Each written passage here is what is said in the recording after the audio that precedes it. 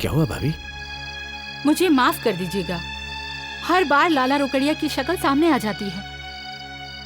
बुरा मत मानना, जब कर्ज का बोझ सर पर हो तो खुशियां नहीं मनाई जा सकती ना। भाभी, ससुर जी बीमे की रकम मिलते ही अपना वादा पूरा कर देंगे। अगर तुम्हारे ससुर को रुपए देने ही होते तो कब के दे चुके होते, क्योंकि लाला रोकड़िया जैसे उधार देने वाले बम्बई में ही नहीं, दिल्ली में भी बहुत हैं।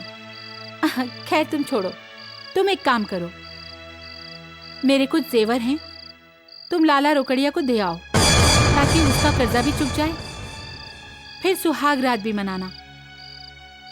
मैं नहीं चाहती कि लाला रोकड़िया की बद्दुआएं तुम्हारी सुहाग रात को लगे।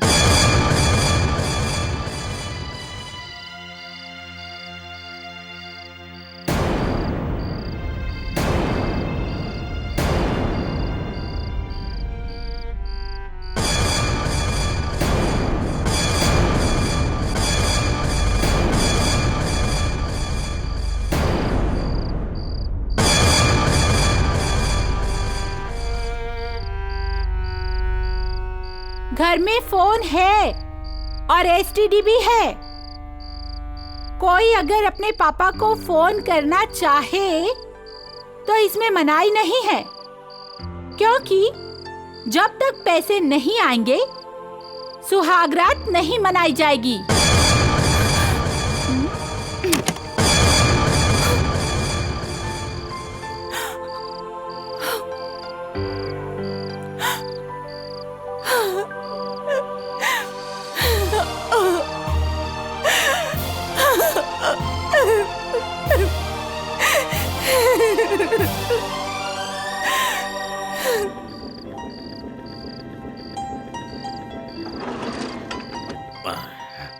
ये चिट्ठी पढ़ता हूँ, इसमें क्या लिखा है?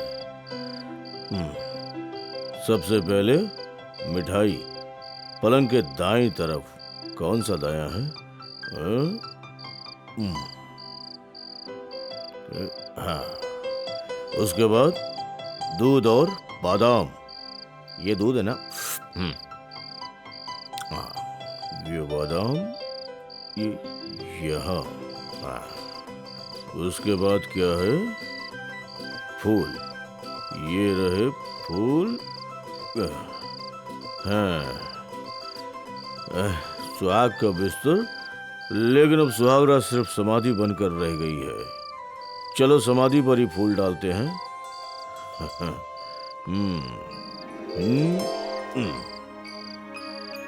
तुम जाओ बेटा कहीं और।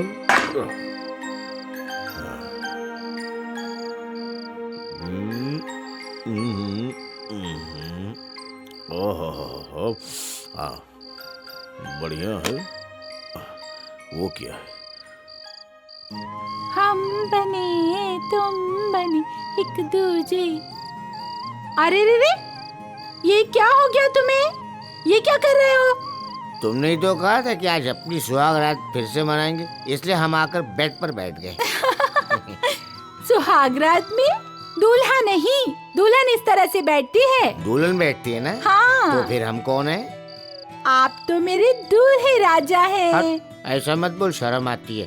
दूल्हा तुम हो, मैं तुम्हारी दुल्हन हूँ, और हर दुल्हन अपनी सुहाग रात की समाधि पर ऐसे ही शर्मा के बैठती है। सुहाग समाधि? नो अजी, ये तो हमारी सुहाग सेज है। ऐसा थोड़े ही है। वो क्या है, अगर दुल्हन शर्मा कर अपने आने वाले दूल्हे का इंतजार करे ना, तो उसको सुहाग सेज कहते हैं। अगर मेरे जैसा दूल्हा दुल्हन बनकर आने वाले दूल्हे का इंतजार करे तो उसको सुहाग समाधि बोलते। जाओ जी। सच? तो ठीक है। अरे रे रे, कहाँ चल दिए? तुमने तो कहा ना जाओ जी, बाहर सोने जा रहा हूँ। अब मैं कहती हूँ आओ जी। अरे बाप रे, धोबी घाट पे कपड़ा पटक रही है। अब छोड़ो भी, ये लो खाओ। याद है सुहाग रात की वो मीठी मीठी बातें? मैं थी, तुम थे, याद आया कुछ? वो बादाम खिलाओ, सब याद आ रहा है। अच्छा ये लो बादाम खाओ। अब याद आया? अब याद आया? नहीं। अरे बादाम खाते हुए सब कुछ याद आता है, याद करो ना। याद आ रहा है। अच्छा दूध पिलाती हूँ। ये लो, वो आसमान पे चांद था, कितनी भीनी भीनी खुशबू थी। मैं थी, तुम थे, और याद है हम दोनों 4 दिन तक कमरे में बंद थे। अरे कोई सुन लेगा यार। अरे सुने मेरी बला से, मुझे क्या। मेरे सर के ताज, मेरे दूल्हे राजा।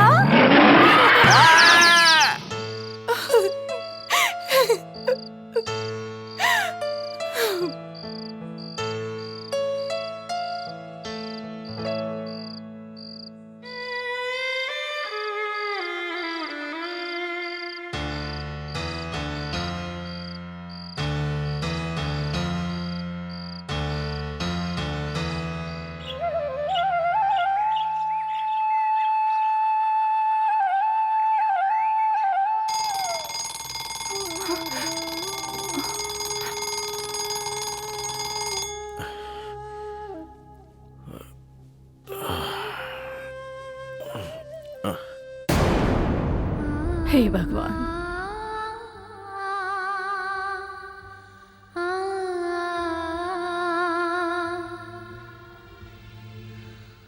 बहू, अब तेरी सास मुंह दिखाई के लिए आई है, लेकिन उसके पास तुझे देने के लिए लाचारी और मजबूरी के सिवा कुछ भी नहीं है।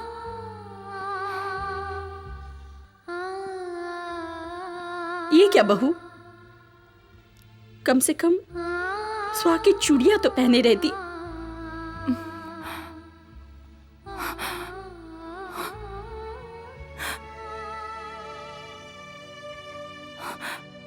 बहू, इस घर में पहला कदम रखते ही जो कुछ तेरे साथ हुआ है। माँ जी, मुझे गहनों से कोई लगाव नहीं है। मेरा गहना आप सबका प्यार है। लेकिन इस घर में सबको पैसों से प्यार है। इस आंचल ने भी एक बेटी को पाल पोस कर बड़ा किया है, और ससुराल जाने पर उसकी जुदाई में ये मेरे आंसुओं से भीगा है। आज से मेरा ये आंचल हमेशा तेरे सर पर रहेगा बेटी। माँ जी, जब देखो डांटती रहती है।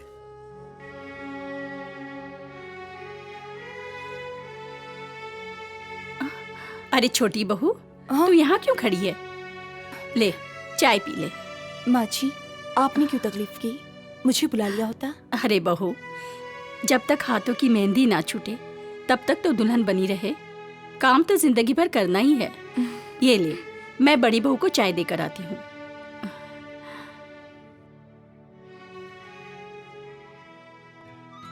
अरे छोटी भाभी, शर्मा रही हो? अरे शर्माओ नहीं, नहीं तो चाय ठंडी हो जाएगी। P low. हाँ हाँ, पी लो पी लो। अरे अगर ठंडी हो गई है तो कह दो, दूसरी बन जाएगी। घर में बहुत सारे नौकर हैं ना। आपकी चाय बनाने के लिए, खाना बनाने के लिए और आपके नहाने का पानी गर्म करने के लिए। हाँ हाँ महारानी जी, एक बात कान खोल कर सुन लो। इस घर में सिर्फ एक ही नौकर है, और वो भी सिर्फ बाहर का काम करने के लिए। अगर इस घर में रहना है तो औरों की तरह चलना होगा। रेखा जी दीदी। किचन का रास्ता दिखा दे महारानी जी को। चलिए महारानी जी।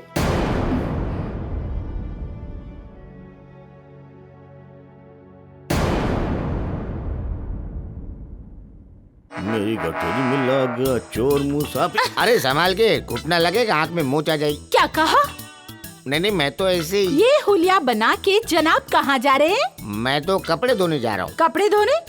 तुमसे किसने कहा था? तुमने कहा था ना कि इस घर में सबको अपने हाथ से अपना काम करना चाहिए, इसलिए मैं जा रहा हूँ। मैंने तुमसे नहीं, उससे कहा था। उससे कहा था, इससे कहा था, किसको मालूम? हे भगवान, ये मैं कहाँ फंस गई? मेरे को नहीं मालूम। चुप रहो, चलो जाओ यहाँ से। ये कपड़े कमरे में रखो और दुकान पर जाने की तैयारी करो। ये सरकार ज्यादा दिन नहीं चलने वाली। क्या कहा? वो क्या ना, गर्मी बहुत है। अभी निकालती हूँ तुम्हारी गर्मी। अंदर अरे चलो। तुम्हारी क्या एयर कंडीशन की दुकान है? हाँ हाँ, तुम चलो तो सही। मुझे माफ कर देना रमा।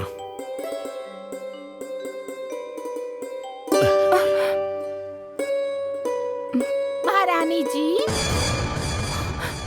चाची, ऊपर ऊपर चलो। हाँ चलो।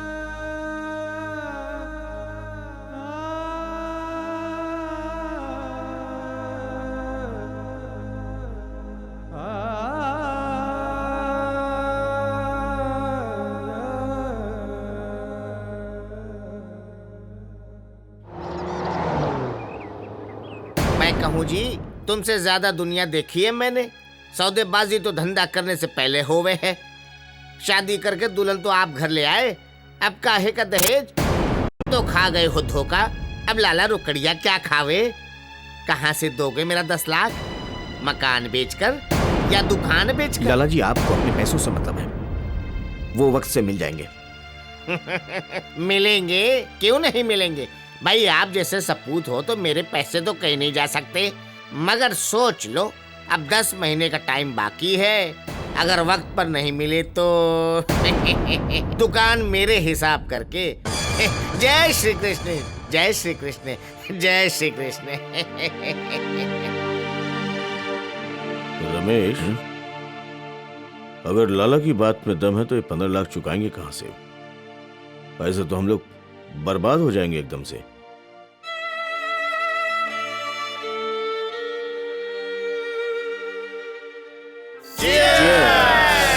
कुछ भी कहो दोस्तों, शादी की पार्टी में बिना दुल्हन दुल्हा ऐसे लगता है जैसे बिना बर्फ के विस्की पी लो, पर मजा नहीं आता। हाय मिस्टर रमेश, आपने भाभी को साथ ना लाकर पार्टी का सारा मूड ही खराब कर दिया। भाभी, हमारे यहाँ आज भी पुराने रीति रिवाज चलते हैं। आओ, मैं तुम्हें किसी से मिलवाता हूँ। मैं तो कहता हूँ तुम्हें बहुत ही सीधी सादी बीवी मिली है। नहीं तो इतना दहेज लाने वाली दुल्हन ससुराल में घर की मालकिन बनकर डोली से उतरती है और घर के तमाम पुराने रीति रिवाजों को तिजोरी में बंद करके अपना मार्शल लॉ शुरू कर देती है, तुम्हारी भाभी लक्ष्मी की तरह। वैसे ये तो बताओ, वो जो 50 लाख रुपए कैश मिले हैं उनका क्या करोगे? बीवी को कम से कम 50 दिन के लिए हनीमून को तो लेके जाएगा। ले जाएगा ना? ले जाएगा। हाँ, ले जाएगा। अजी, मैं तो कहता हूँ 50 लाख रुपयों में पूरी जिंदगी हनीमून बन सकती है। फिक्स डिपॉजिट कराओ और हर महीने हनी लेकर बीवी को मून की तरह पूछते रहो। Lucky, really you are very lucky guy. वाह भाई, क्या किस्मत पाई है। बीवी के 50 लाख रुपयों से तो ऐसी ऐश है।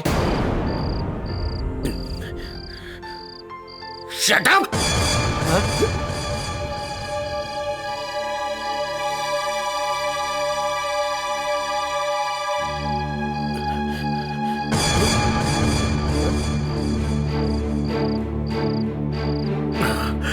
रमेश, क्या हुआ तुझे?